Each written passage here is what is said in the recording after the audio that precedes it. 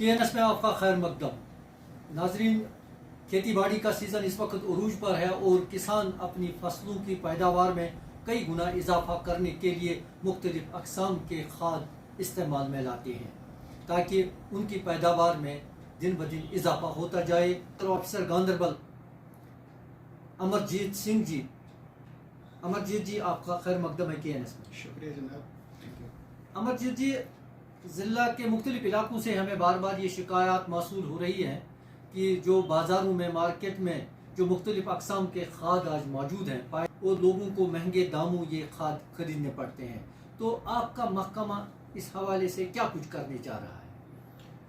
Sir, जैसे कि आप जानते हैं कि हमारा पैडी ट्रांसप्लांटिंग का सीज़न शुरू हो चुका है, इस टाइम पीक पे है और यहाँ पे इस टाइम फर्टिलाइज़र्स की रिक्वायरमेंट बहुत ज़्यादा रहती है।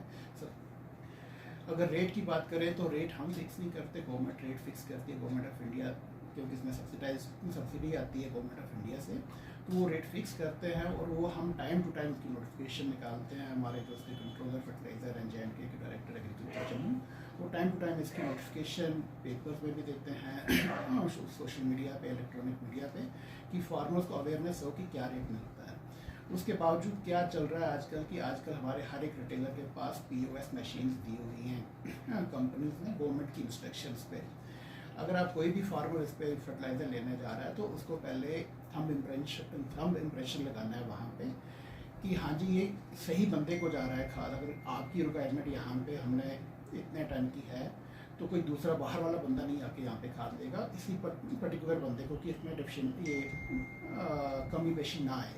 अमरजीत जी, जानना चाहेंगे कि ये जो मशीनें हैं ये हर डीलर के पास मौजूद है? ये हर एक डीलर के पास हैं, उसके बिना वो काम नहीं कर सकते। जिसके पास भी लाइसेंस है, जिसको उसके लिए मैंडेटरी है कि उसको ये मशीन रखनी है।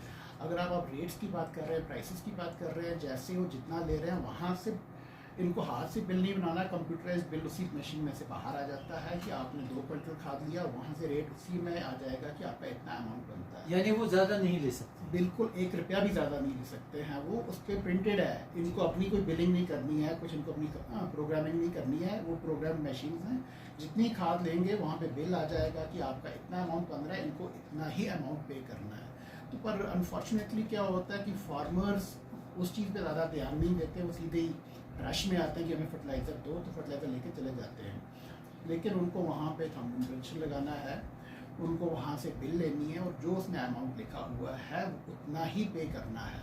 हाँ, अगर कहीं से उनको लग रहा है कि कोई ज़्यादा उनसे ज़्यादती कर रहा है, ज़्यादा पैसे मांग रहा है, उनके पास चीफ एग्रीकल्चर ऑफिसर गांधरबल का नंबर है, उनके पास फर्टिलाइजर इंस्पेक्टर जो यहाँ के हैं गांधरबल का नंबर है। हर एक ऑफिसर को उनके पास नंबर है, वो कभी भी कॉल कर सकते हैं। नो डाउट हमारे पास काफ़ी शिकायतें आती हैं, जब हम लेकिन उनके पास जाते हैं तो उनके पास बिल नहीं होता है। बिल के बिना हम कोई एक्शन ले नहीं सकते उनसे, क्योंकि हम डीलर को बोलते हैं, डीलर बोल रहे हैं देखो जी हमने बिल दिया हुआ है, हमने इतना ही पैसे लिए हुए हैं। सुनने में आया है कि जो आपके डीलर्स हैं वो जाहिर सी बात है चांदी डीलर्स होंगे, तो उन्होंने बहुत सारे इलाकों में, दूर दराज इलाकों में सब डीलर्स रखे हैं। क्या आप चेक नहीं करते हैं? नहीं, हमारा हर जगह चेकिंग होता है, सब डीलर्स रख नहीं सकते। यहाँ पे क्या है कि होलसेलर होता है, रिटेलर होता है। होलसेलर और कोई अपना एरिया होता है तो वो सिर्फ रिटेलर्स को ही माल देंगे, जो गांव की लेवल पे होते हैं या छोटे लेवल पे होते हैं, वो होलसेलर से माल उठाते हैं कि चेन बना होता है, तो रिटेलर जाके आगे फार्मर्स को देता है।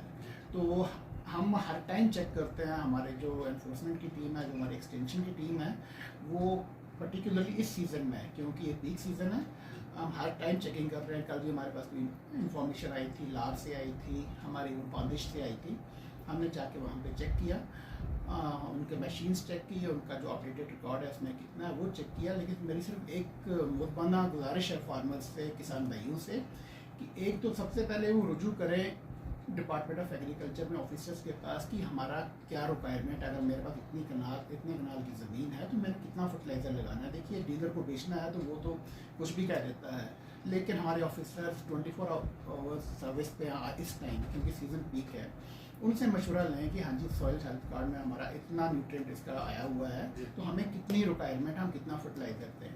तो उससे क्या है कि उनका इनपुट जुडिशली यूज़ होगा। मतलब है कि जहाँ उनको बिल ना मिले तो वो आपका रजिस्टर्ड डीलर नहीं? हाँ बिल्कुल, हम तो किसी को बेचने नहीं देते ना, जिसके पास भी लाइसेंस है, क्योंकि ये एसेंशियल कमोडिटी एक्ट के अंडर भी आता है, उसी टाइम उसको हम FIR कर देंगे जिसके पास लाइसेंस नहीं होगा। इसलिए मेरे को नहीं लग रहा कि कोई लाइसेंस के बिना यहाँ पे माल बेच रहा है। अच्छा, कुछ ऐसे मकामात भी है जहाँ पे 2 किलो 5 किलो या 10 किलो खाद खरीदते हैं दूध, उनको भी बिल लेनी है? उनको भी बिल लेनी है। मैं 1 किलो ही क्यों ना ले लें जी। 2 रुपये 66 पैसे का, ये 5 रुपये 60 पैसे का बन रहा जी। है, उनको उसका भी बिल लेना है 1 किलो का। अच्छा, गली कोचों में बहुत सारे ऐसे भी लोग हैं जो नए डीलर बन चुके हैं, जो सीड भी बेचते हैं। सुनने में आया गैर मयारी है, तो रोजाना आप चेक करते हैं? नहीं, सीड देखिए क्या है कि हमारे पास पेस्टिसाइड हो, सीड हो, फर्टिलाइज़र हो, जैसे ही हमारे पास आता है हम उसका सैंपल करते हैं। सैंपलिंग के लिए हमारे पास लैब, डेजिग्नेटेड लैब्स हैं, नोटिफाइड लैब्स हैं, हम वहाँ से सैंपलिंग करके वहाँ पे बेचते हैं। जो भी गैर मेयारी आता है हम उसी टाइम उसको सीज कर देते हैं और उसके खिलाफ कानूनी कार्रवाई जो भी होती है वो करते हैं। और जो विदाउट लाइसेंस, चाहे गली कोचों में हो या गाँव में हो या दूर दराज इलाकों में हो या यहाँ भी कहीं आपको कस्बे में मिलेंगे, तो अगर वो बगैर लाइसेंस ऐसा काम करते हैं, खाद बेचते हैं या सीड्स बेचते हैं, उनके खिलाफ आप क्या कार्रवाई? नहीं, जो भी हमें मिलता है उनके खिलाफ कार्रवाई करते हैं। मैं उत्तर जिले में आज तक आपने ऐसा कोई केस रजिस्टर किया है किसी के खिलाफ जो बिना रजिस्ट्रेशन काम कर रहा है?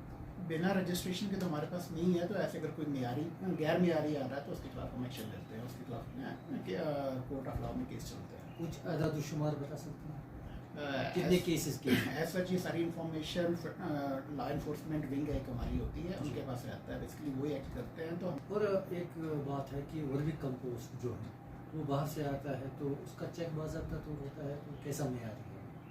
जो भी वर्मी कंपोस्ट बाहर से आ रहा है, सबसे पहले मैं फार्मर से ये रिक्वेस्ट करूँगा कि जो आपका घरबा है, घर का FIM है, कोशिश करें कि ज़्यादा से ज़्यादा वो यूज़ करने के लिए, क्योंकि हमारा इन्फोर्समेंट विंग है उसको कंटिन्यूसली देख रहा है कि जो भी बाहर से बैच आता है उसका सैंपल होता है। सैंपलिंग के बाद वो आगे उनको ऑथराइज किया जाता है, अगर सैंपल स्टैंडर्ड है तो वो मार्केट में बेचने के लिए बेचते हैं।